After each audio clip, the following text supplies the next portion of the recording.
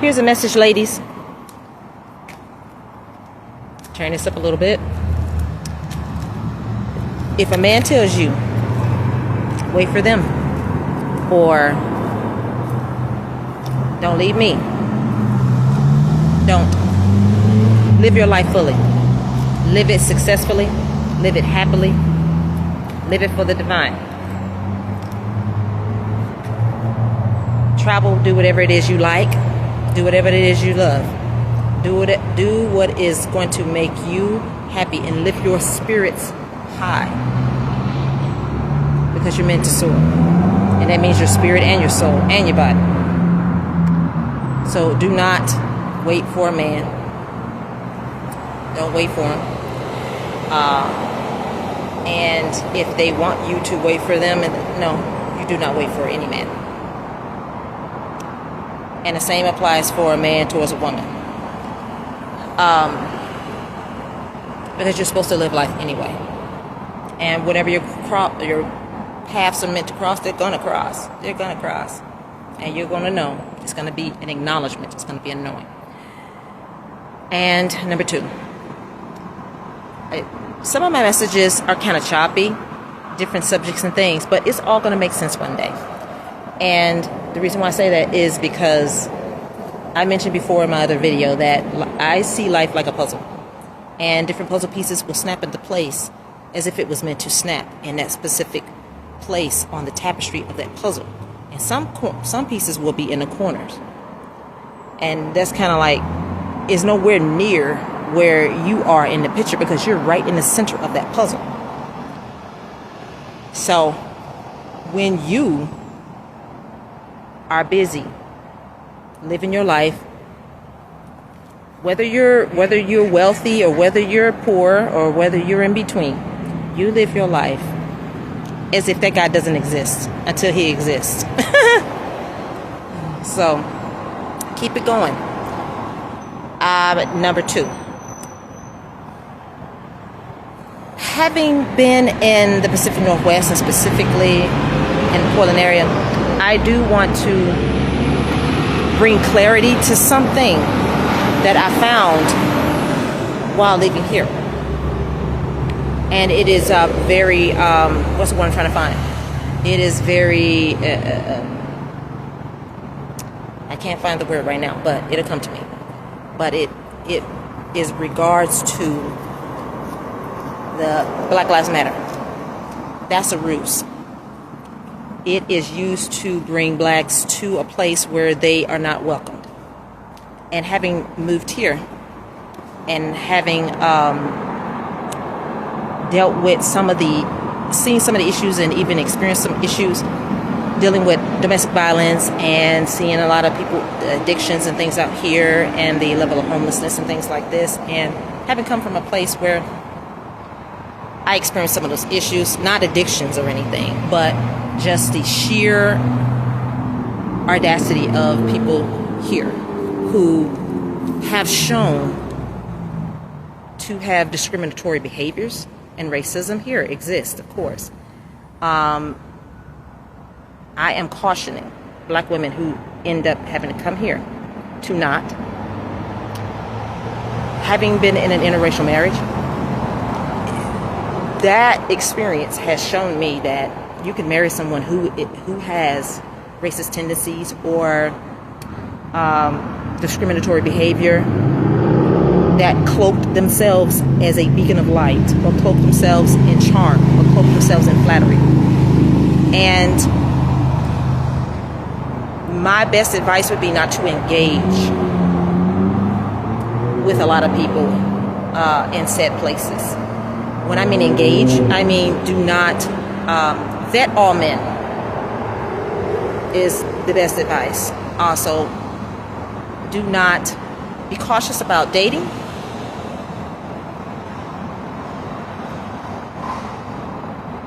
Getting engaged or being proposed to and getting married to someone here, specifically if they are of the opposite color. I would caution you to vet all men, no matter what color, ethnicity, nationality, but especially particularly here, because a a lot of people here, they tend to put on fake personas to lure you in as a person of color. And coming from a place where there is overt racism like the South, and then come here thinking that it was a progressive place when it wasn't, and not knowing the culture very well. But my circumstances led me here for, my circumstances were quite different how I ended up here. And if I had my choice, I would not be here. But that's not to say that my circumstances won't change. But I think because of my experience, I think I want to enlighten some women, especially black women, women of color, who had to deal with this. And what I see with my own eyes, my true eyes, from a spiritual sense, you are not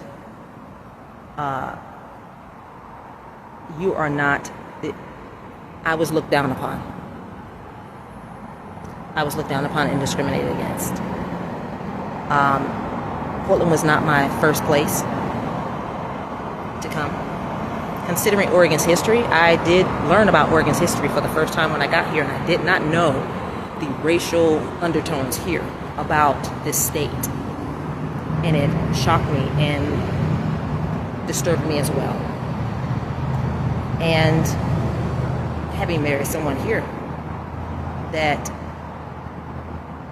only saw me as a trophy wife, I will caution any black woman that comes here to, keep yourself up, remain as independent as you can, remain independent, be an independent thinker.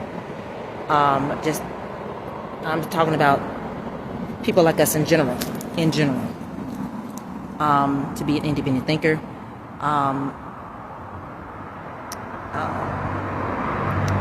discover your purpose, and operate in divine flow, and try to protect yourself as best you can, because a lot of people here, they feel they have immunity to do whatever they want, just like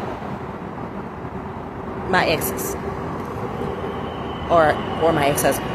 And so it has disturbed me also to find, number 3, that there were black people who assisted and aided and allied with my ex-spouse. Ex-partner, to come against me. And more particularly black women who were in position of leadership or position of power in some way. They allied and orchestrated a lot of the gang-stalking as well too, with some of the agencies here and in other parts of the country, but specifically here, to get me out of the way, whether it's through to remove me from a job, or to remove me from my marriage, or to move me out of the state, or anything of that nature, or move me out on the street and things like this. So there was a collaborated effort, not just from whites, maybe some Latinos may be in there, but specifically my own kind went against me. I was not defended, I was not protected. And I am exposing this because I am not the only one who has been done this way. Not just by family, not just by exes or children's fathers and things like this, because I have been discriminated in a different sense there, particularly being a black mother to a biracial child. And the disgust that I feel for these individuals that did this, my own kind went against me, because they wanted someone that was already in a covenant and someone that they did not care about. They felt they wanted what they wanted, and they did what they did to get it, and spying on me and stalking me and things of that nature, and stealing from me. I think it was, with all this identity fraud and things, they took part in this. So I am very angry and very disgusted that these individuals felt the need to follow me and steal my work, steal creative works from me,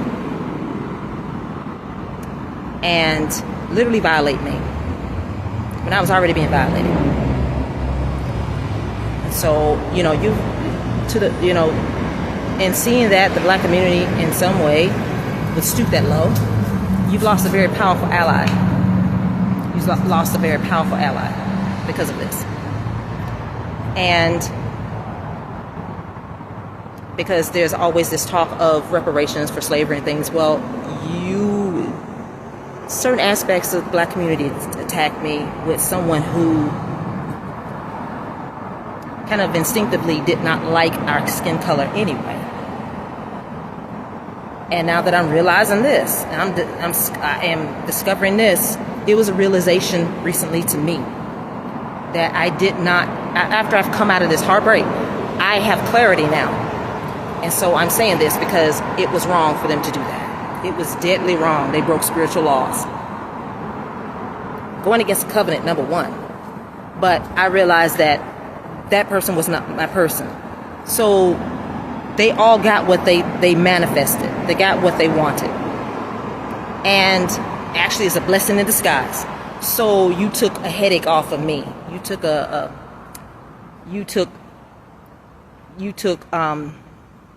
burden off of me. I'm not thanking you for that. So, I'm not thanking you for that. I am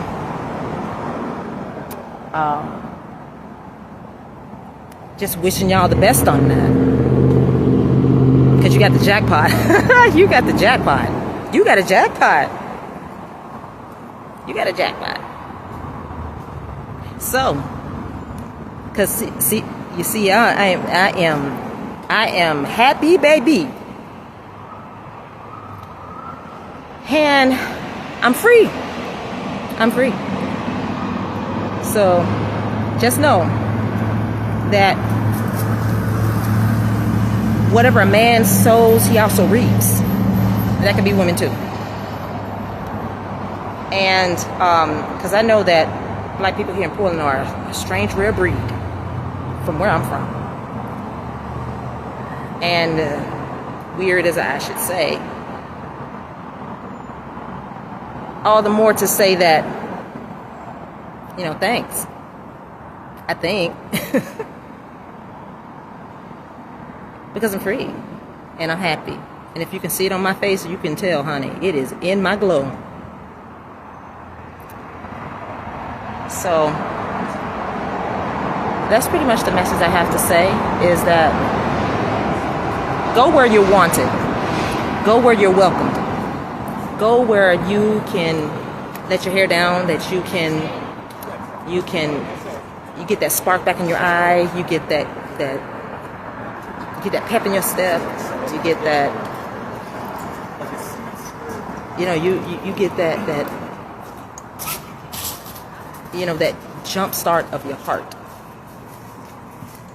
And you get to see colors again. You're not in the fog anymore. You get to see colors, bright colors. That's black and white TVs back in the day. When they started having color, everybody was just losing their minds. Oh my gosh. That's how it is for us when we come out of narcissistic fall. Because if you grew up around narcissists and you had narcissistic exes, you had children by these narcissists, and you got married to a narcissist and you ended up getting out of you were in a den of vipers. There's never just one. There's a whole group of them that tag team down on you just individually. They come collectively against you, and you're just the one individual. And so there is a spiritual revitalization that happens when that happens.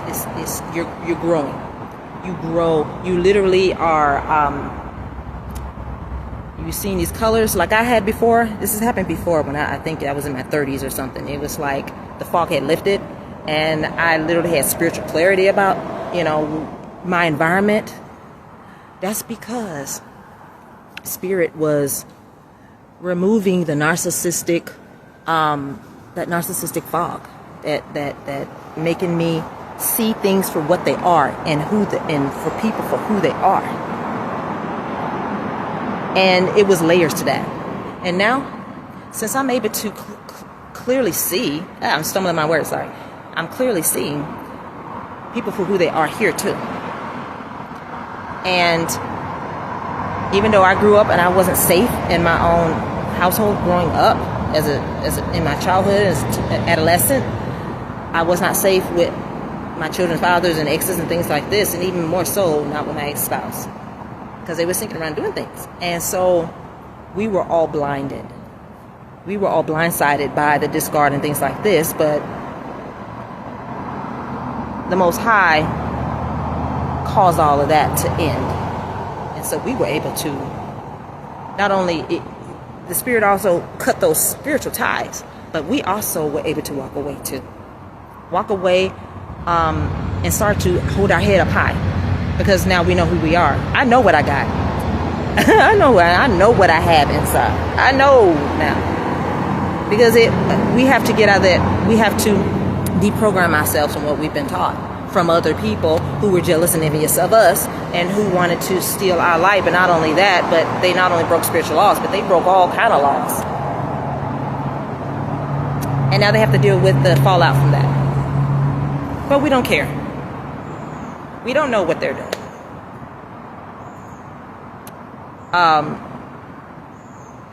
But know that Spirit won't keep us in the dark about some things, because all this stuff has been exposed. So it's not like we don't know certain things, because too many of these idiots did all this. And and more things will come out, because they're going to expose themselves anyway. And who cares? So just live life. And don't worry about these scallywags. Clowns. I forgot that word. Clowns in a circus. You put a crown on a clown instead of a king. They weren't, or a queen, and they weren't that. But they're going to learn those lessons. One way, one day or another. They're going to learn those lessons. And you guys just keep on trucking. Manifest great things. Manifest great things. Manifest big things. Big things. I'm looking forward to it. Talk to you all soon. Take care, you all. Love you all.